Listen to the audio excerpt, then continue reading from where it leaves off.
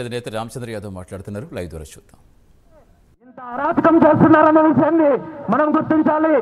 2019 ఎన్నికల్లో రామచంద్రారెడ్డి గారికి వచ్చిన ఓట్లు సుమారు 1,07,000 మంది ఓట్లు వేస్తే అతను ఆ అధికారాన్ని అడ్డం పెట్టుకుని 35,000 కోట్ల రూపాయలు దోపిడీ చేశారంటే మనం వేసిన ఒక్కొక్క ఓటు విలువ సుమారు 3 లక్షలు 3.5 లక్ష అనే విషయాన్ని ఈరోజు ఒక్కొక్కరి నుండి 3.5 లక్షల రూపాయలు దోపిడీ చేసిన దోపిడీ దొంగ ఎవరైనా ఉన్నారంటే అది పెద్దిరెడ్డి రామచంద్రారెడ్డి అనే విషయాన్ని మనందరం గుర్తించాలి.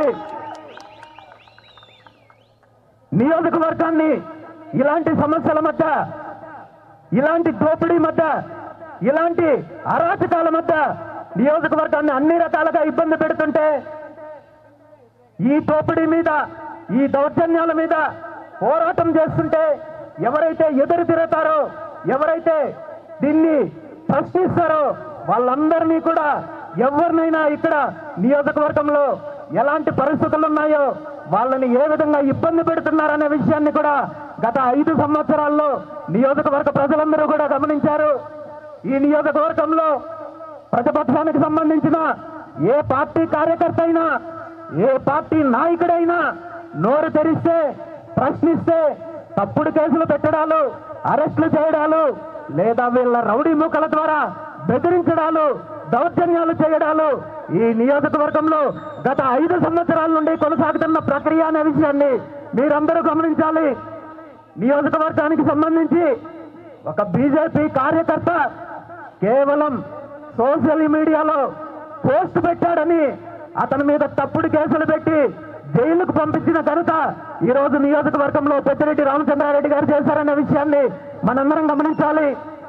అదేవిధంగా పుంగనూరు నియోజకవర్గంలో సదం మండలంలో ఒక జనసేన కార్యకర్త ఇతను చేస్తున్న అన్యాయాలపైన సోషల్ మీడియాలో పోస్ట్ పెట్టాడని పట్టపగలు రోడ్డు మీద పోలీస్ స్టేషన్ ఎదురుగా వైసీపీకి సంబంధించిన కార్యకర్తలు, గూండాలు అతన్ని చితకబాదితే కనీసం ఏం చెయ్యలేని దుస్థితిలో పోలీస్ వ్యవస్థ ఉంది. ఈ రోజు ఇక్కడ ప్రభుత్వం ఉంది అంటే పుంగనూరు నియోజకవర్గంలో నిజంగా అంబేద్కర్ గారు రాసిన రాజ్యాంగం అమలవుతుందో అనే విషయాన్ని మనందరం కూడా గమనించాలి. పుంగనూరు నియోజకవర్గంలో ఎన్ని దౌర్జన్యాలు చేసినా, ఎన్ని దారుణాలు చేసినా, ఎంత రౌడీయిజం చేసినా ఈ రోజు ఏ ఒక్కరి మీద చర్యలు తీసుకునే పరిస్థితి పోలీస్ వ్యవస్థలో కూడా లేదంటే రామచంద్రారెడ్డి గారు చేస్తున్న దౌర్జన్యాలు, దోపిడీ, ఇతను చేస్తున్న అరాచకాలు ఎలా ఉన్నాయనే విషయాన్ని మనందరం గుర్తించాలి. అదేవిధంగా పుంగనూరు నియోజకవర్గానికి ప్రతిపక్ష పార్టీకి సంబంధించిన నాయకుడు నియోజకవర్గానికి వస్తానంటే పూర్తిగా పోలీసులను అడ్డం పెట్టుకుని అరాచకం చేయడంతో పాటు ఈ నియోజకవర్గంలో ఎంతో మంది, కొన్ని వందల మంది అమాయకుల మీద, రైతుల మీద, బీసీల మీద, ఎస్సీల మీద, ఎస్టీల మీద, మైనారిటీల మీద అన్ని రకాలుగా తప్పుడు కేసులు పెట్టి సుమారు 4-5 నెలల పాటు జైలు పాలు చేసిన దుర్మార్గుడు ఎవరైనా ఉన్నారంటే అది పెద్దిరెడ్డి రామచంద్రారెడ్డి గారు అనే విషయాన్ని ఈ రోజు మనం అందరం గుర్తించాలి. గత వినాయక చవితి సందర్భంగా నియోజకవర్గంలో ఎంతో మంది రైతులు, అమాయకులు, ముసలి వాళ్ళు, బీసీలు, ఎస్సీ, ఎస్టీ, మైనారిటీలు ఈ రోజు తప్పుడు కేసులు ఎదుర్కొని కొన్ని వందల మంది జైలు పాలయ్యారంటే ఈ నియోజకవర్గంలో నిజంగా ప్రజాస్వామ్యం ఉందా అనే విషయాన్ని మనం గుర్తించాలి. ఇలాంటి నాయకుడు, ఇలాంటి దోపిడీదారుడు, ఇలాంటి రౌడీజాన్ని, రాక్షసత్వాన్ని ప్రోత్సహించే నాయకుడు అధికారంలోకి వస్తే ఇలాంటి పరిస్థితుల్లో ఉంటాయని చెప్పి గమనించే 2019లో ఈ నియోజకవర్గంలో మార్పు కోసం, ఈ నియోజకవర్గ అభివృద్ధి కోసం, ఈ నియోజకవర్గంలో రైతుల అభివృద్ధి కోసం, యువత అభివృద్ధి కోసం, ఈ నియోజకవర్గంలో ఉన్న సమస్యలన్నిటినీ పరిష్కరించడం కోసం రాజకీయంగా నేను ముందుకు వచ్చిన విషయం మీ అందరికీ తెలిసిందే. 2019 ఎన్నికల తర్వాత పెద్దిరెడ్డి రామచంద్రారెడ్డి గారు అధికారాన్ని అడ్డం పెట్టుకుని తను చేస్తున్న దోపిడీ పైన, అరాచకాల పైన, రౌడీజం పైన నేను చేస్తున్న పోరాటంలో ఎన్ని రకాలుగా ఇబ్బందులు పెట్టారో ఎన్ని రకాలుగా కుట్రలు చేశారు, ఎన్ని రకాలుగా వేధించారు, నా మీద ఎన్ని రకాలుగా తప్పుడు కేసులు పెట్టారు. ఈ రోజు నియోజకవర్గ ప్రజలు కాదు, రాష్ట్రం మొత్తం గమనించిందనే విషయాన్ని కూడా మనం గుర్తు తెచ్చుకోవాలి. 2020 సంవత్సరంలో ఆనాడు సంక్రాంతి సందర్భంగా నియోజకవర్గంలో ఉన్న మహిళలందరికీ కూడా సంక్రాంతి కానుకగా చీరలు, క్యాలెండర్లు పంపకానికి సిద్ధపడితే ఆ రోజు నియోజకవర్గంలో ఉన్న మహిళలకు రామచంద్ర యాదవ్ మద్యం పంచుతున్నాడని చెప్పి నా మీద, నా అనుచరుల మీద తప్పుడు కేసులు పెట్టే కార్యక్రమం ఆ రోజు చేశారు. అదేవిధంగా నియోజకవర్గంలో ఉన్న యువత పూర్తిగా ఈ రోజు గ్రామాల ఖాళీ అయ్యి వలసలు వెళ్లే పరిస్థితి ఉంది.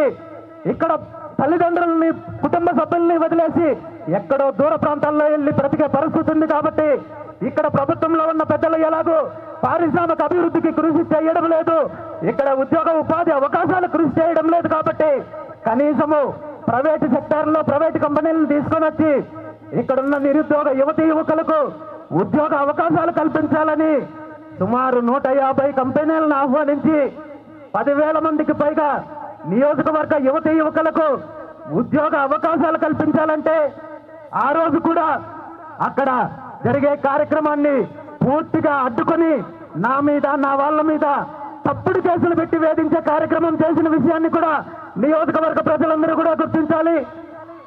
ఆ తర్వాత నియోజకవర్గంలో రైతులు పడుతున్న ఇబ్బందుల గురించి, రైతులపైన జరుగుతున్న దోపిడీ గురించి, ముఖ్యంగా పాడి రైతులను తన కుటుంబ సభ్యులు డైరీ ఏ విధంగా దోపిడీ చేస్తున్నారనే విషయాన్ని నియోజకవర్గ ప్రజలు, నియోజకవర్గ రైతులతో కలిసి పోరాటం చేయడానికి రైతు పేరీ కార్యక్రమానికి పూనుకున్నప్పుడు ఆ రోజు ఎలాంటి ఇబ్బందులు పెట్టారో ఈ నియోజకవర్గ ప్రజలతో పాటు రాష్ట్ర వ్యాప్తంగా పుంగనూరు నియోజకవర్గంలో జరుగుతున్న పరిణామాలను గమనించారు.